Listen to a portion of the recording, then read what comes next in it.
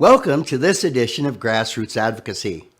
In our last edition, we talked about the communications process, and we ended the episode with a quote from Stephen Covey that talked about the importance of trust. In this episode, we are going to look at passion and facts equal a more compelling message. So before we get into the content, I'd like to give you a couple of scenarios to think about as we move through this conversation. So the first scenario is this. Not too awfully long ago, I was visiting a member center. And while I was there, this young lady this nursing assistant was expressing some frustration with me about the dining experience and about how some of her elders were getting tired of the menu. So I want you to think about that scenario. Another scenario, a few years ago, NAHCA had the opportunity to work with its partner, Care Providers of Oklahoma, on an issue related to Medicaid reimbursement proposed cuts. And so what was happening is that the state of Oklahoma was experiencing some real budget shortfalls. And so part of the solution to get back on track with the budget was a proposed cut of 25%. Well, that proposed some particular risks for the elders that reside in the great state of Oklahoma. And so I want you to think about those scenarios because we're going to circle back to those in just a little bit. Now then, let's go ahead and look at the two elements, passion and facts. First of all, your passion, the passion that you speak with, the emotion that you speak with, the power that you speak with, comes from within you and is based on years of experience in your chosen profession, which is caring for our nation's frail, elder, and disabled citizens. Your passion also represents actual events. You see, sometimes when you listen to people on the television or when you listen to lawmakers, they're relating experiences that happen second or third hand. And it's not as meaningful and it's not as powerful because they can't see or necessarily can't express very effectively the impact to real human beings like you and I. Your passion is also irrefutable. It's undeniable. Nobody can take your passion and your life experiences away from you. Now, they might challenge. They might say, oh, that's a limited, event. That's something that's only ever happened to one person. And that's where facts become important. And so now let's also take a moment to look at the facts. So first of all, facts give us a sense of scope or a sense of how many people that might affect. So like, for example, if you talked about Medicaid cuts, the number of people who reside in long-term care and receive Medicaid funds to support their care is about 60% of the overall nursing home population. So that's a lot of people. That's 6 in 10. It also gives us the opportunity to look at possible consequences. And those possible consequences really come from, if this happens, this will impact this many people in a real and tangible way. It also gives us the opportunity to add credibility to our argument. Because it's not just our perspective, it's the perspective, we're adding in the perspective of people who define and identify and clarify facts, and that can be really helpful for us. My granddaddy used to say, opinions are like backsides, everybody has one. So when you take your opinion and you add in powerful facts, it makes your story, your message more compelling and more meaningful for your audience.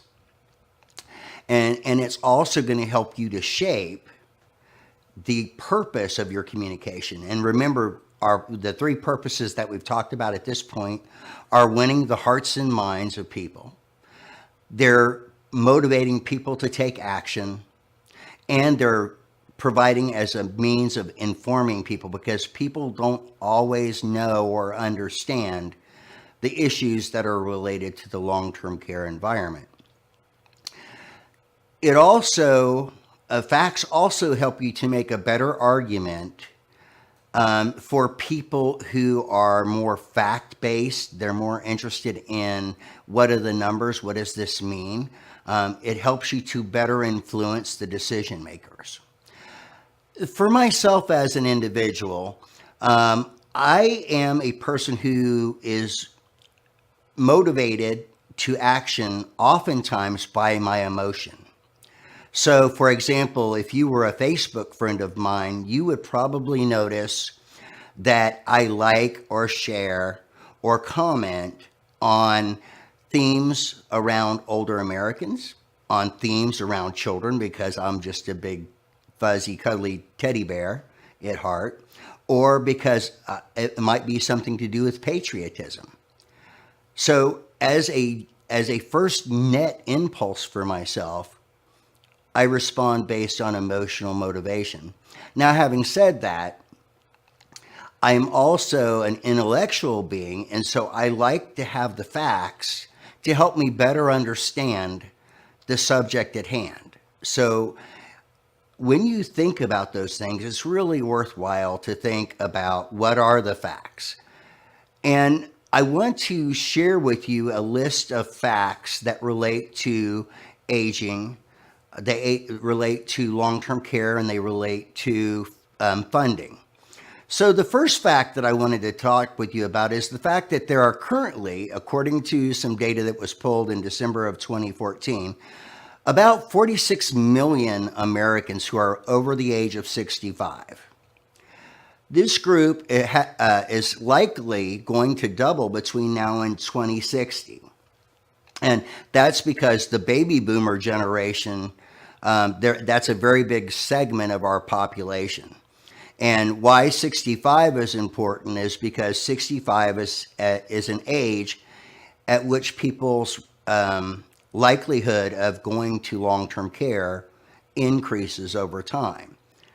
So then let's look at the fact that currently 15% of our nation's population are made up of people who are 65 years of age or older.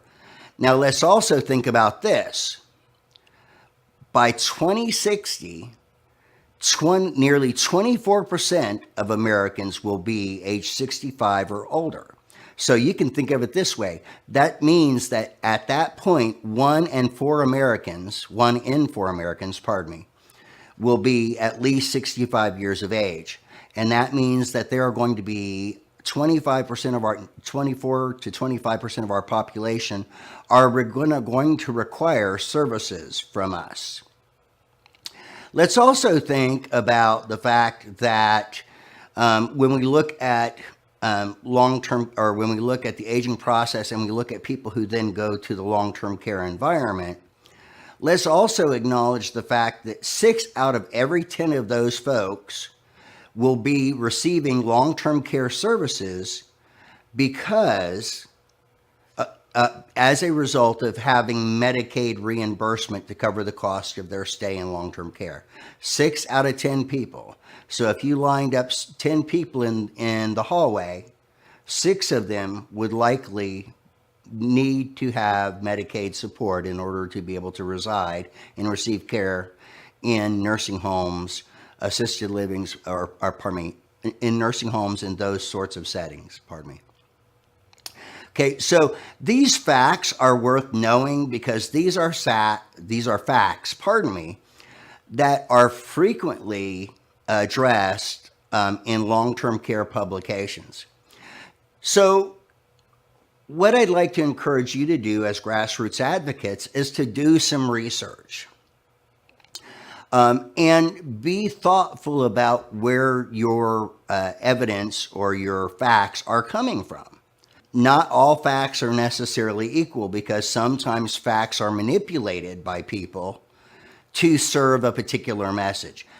In general terms, though, these resources that you're seeing on the screen, HHS, the Department of Health and Human Services, CMS, the Center for Medicare and Medicaid Services, the CDC, which is the Center for Disease Control Prevention. Those are authoritative sources. They're national government sources. They have a high standard of accuracy that they have to adhere to in order to publish information. They're very cautious about putting things out there. So those could be considered reliable sources. As you're doing research, you also want to look at your state level organizations. For example, in Missouri, it's the Department of Health and Human Services Division of Aging. And so you would want to look at those level organizations and what they're saying specifically about your state. There are a number of professional organizations within the long-term care space that publish articles. So those would be good resources for you as well. It's also worthwhile to think about academic institutions. So for example, Harvard, Yale, Johns Hopkins, these educational institutions frequently publish articles or dissertations from their students that have a high level of accuracy and validity, which helps to make them more reliable sources for your research as well.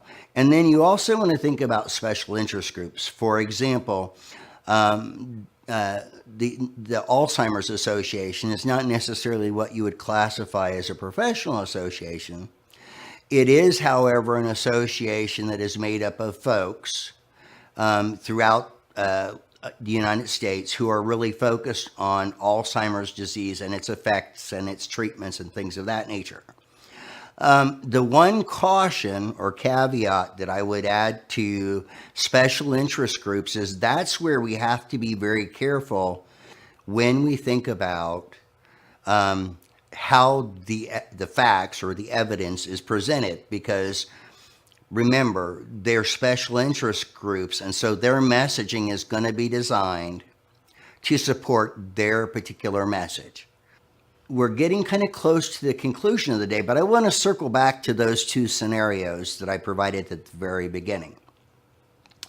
So in the scenario with the nursing assistant who is expressing frustration with the fact that the dining experience didn't provide the kind of options that the elders appreciated or valued or wanted or deserved, if you think about that, one of the ways that we could reframe that message, combining our passion with some facts, is this way.